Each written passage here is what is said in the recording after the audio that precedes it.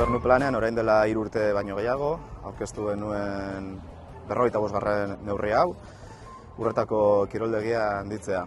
Proiektua badaukagu eta egungo eraikinaren segurtasuna eta irisgarritasuna hobetuko dira lehenengo. Eta horren ostean, eraikinaren erabilpena handitu egingo da.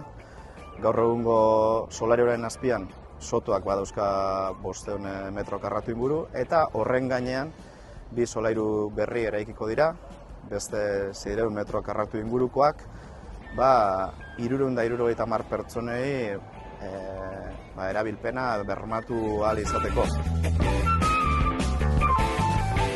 Hemen ikusten diren irudiak bigarren fasean lotuta daude, handipenarekin, eta ikusten den moduan, hau izango litzateke sotoa, gaur egun existitzen dena, eta bertan bai eskuaseko pista daudenak eta baita padeleko pista daudenak.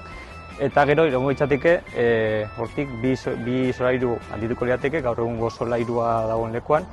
Ideia da, bi handipen hauek nolabait gaur egungo pairatik mugitza, azkenean gaur egun piztinak bere lehiatea ditu, argiztapen naturala jasotzen duena, eta ideia lehiate hori mantentzea eta baita ere bertatik gaur egun daukan irtera ere mantentzea.